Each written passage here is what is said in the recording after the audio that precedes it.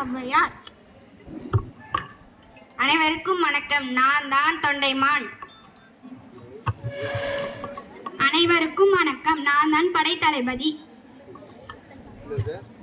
அனைவருக்கும் வணக்கம். நான் தான் அமைச்சர். காட்சி 1. இடம் அதியமான் அரண்மனை. நாடக மந்தர்கள் அதியமான், ஔவையார், அமைச்சர்.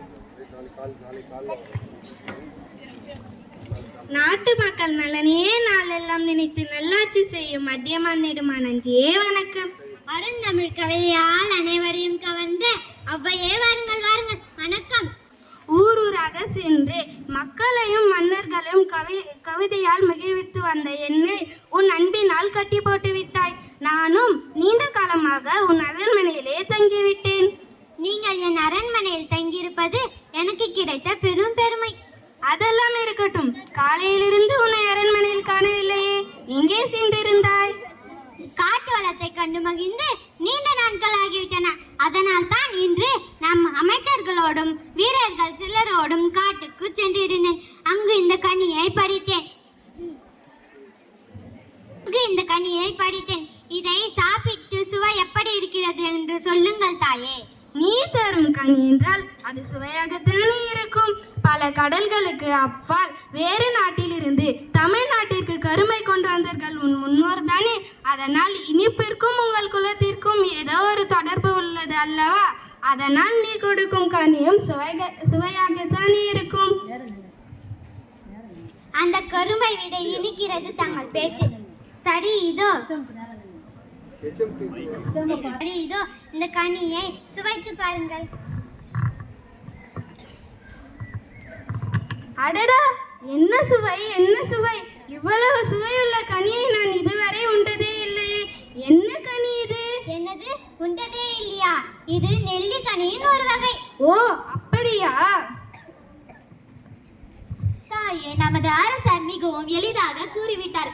இது எங்கும் எளிதாக கிடைக்கும் கனி என்று. கிடைப்பதற்கு அரிதான நெல்லிக்கனி இது. எப்போதாவது ஒரு முறைதான் காய்த்து பழுக்கும்.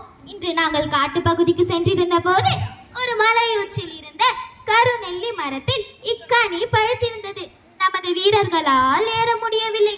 பிறகு நமது அரசரே மரத்தில் ஏறி கனியை பறித்து வந்தார். என்ன, அதியமானே மலையுச்சில் இருந்த மரத்தில் ஏறி இதனை பறித்தானா? ஆமாம் ஆமாம். அது மட்டும் இல்லாமல் இக்கனியை உண்டவர்கள் நோய் நொடியின்றி நீண்ட காலம் வாழ்வார்கள் என்று பெரியோர் கூறுவர். என்ன செயல் செய்து விட்டாய் அதியமானே? நாட்டை காக்கும் பொறுப்பையுடைய நீ இதனை உண்ணாமல் எனக்கு கொடுத்து விட்டாயே. முன்பே தெரிந்திருந்தால் நான் உண்ணாமல் உன்னையே சாப்பிட வைத்திருப்பேனே. என்னை போன்ற ஒரு அரசர் இறந்து போனால் வேறு ஒருவர் அரசராகி விடுவார். ஆனால் உங்களை போன்ற அறிவிச்சிறந்த புலவர் ஒருவர் மறைந்தால் அந்த இழப்பை யாராலும் ஈடு செய்ய முடியாது. அதனால் தான் நான் எதுவும் கூறாமல் நெல்லிக்கனியை உங்களை உண்ணச் செய்தேன். தமிழின் மீது நீ கொண்டுள்ள பற்று என் உள்ளத்தை உருக செய்கிறது. உன்னை புகழ முடியாமல் என் தமிழே தடுமாறுகிறது.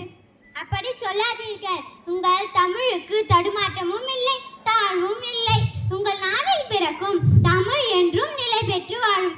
அதில் என் பெயரும் ஒட்டியிருக்கிறது. அதுதான் எனக்கு மகிழ்ச்சி. மக்களின் முகங்களில் கூட கவலை நிழல் படியக்கூடாது என்னும் கருதும் அதியமானே, இன்று உன் முகத்தில் கவலை நிழல் கவிழ்ந்திருப்பதன் காரணம் என்னவோ? இன்று காலை ஒற்றர்கள் கொண்டு வந்த ஒரு செய்தி என் உள்ளத்தில் சிறு கலக்கத்தை ஏற்படுத்துகிறது.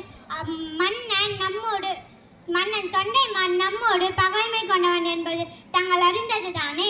அவன் இப்போது நம் மீது படையெடுத்து வர ஏற்பாடு செய்துவிட்டானாம். நம் தலைக்கு மேல் போர் மேகங்கள் சூழ்ந்துள்ளன. அதியமான் நெடுமான் நஞ்சியே, உன் பெயரில் தான் அஞ்சு என்னும் சொல் இருக்கிறதே இன்றி நீ அஞ்சி நான் ஒரு நாளும் கண்டதில்லை. போர் என்ன உனக்கு புதிதா? போர் எனக்கு புதிதும் அன்று. நான் போரை கண்டு அஞ்சுபவனும் அல்லேன். ஆனாலும் ஏன் இந்த கலக்கம்? ஈரத்திலும் வீரத்திலும் உனக்கு இணை சொல்ல யாருண்டு? தமிழ் அறிந்த அன்னையே, நான் எத்தனையோ போர்க்களங்களை கண்டவன், பகைவர்களை வென்றவன் என்பது தங்களுக்கு தெரியாததன்று. ஆனால் ஒவ்வொரு போரின் போதும் எத்தனை உயிரிழப்புகள் ஒவ்வொரு போர் வெற்றிக்கு பின்னாலும் மறைந்திருக்கிறது. எனவே இந்த போரை தவிர்த்தால் என்ன? அன்பே சிறந்த அதியமானே, உன் உள்ளம் எனக்கு இப்போதுதான் புரிகிறது. உன் கவலையை நான் தீர்க்கிறேன். இப்போதே தொண்டைமான் அரண்மனைக்கு சென்று அவனிடம் பேச்சு போர் ஏற்படாதவாறு தடுக்கிறேன். நாடக மந்தர்கள் அதியமான், ஔவையார், படைத்தலைவர்.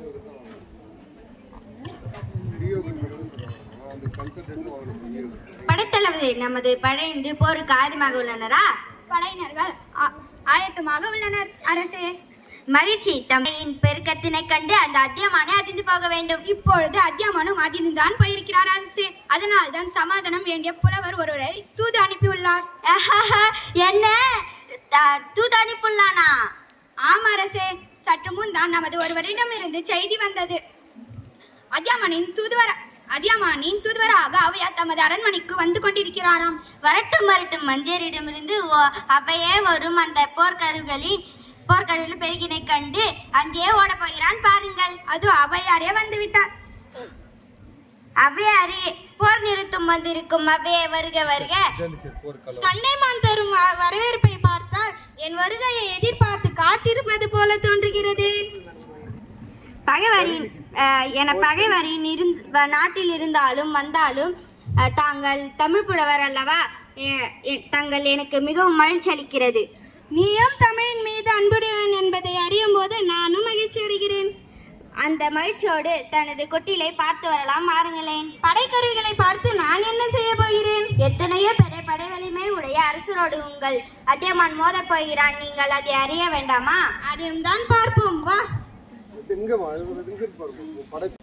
என் படைக்கருவிகளை பாருங்கள் அவையே. இதற்கு முன் நீங்கள் இவ்வளவு பெரிய படைக்கலை கொட்டிலை நீங்கள் பார்த்திருக்கே மாட்டீர்கள். ஆமாம், எத்தனை வகைகள்!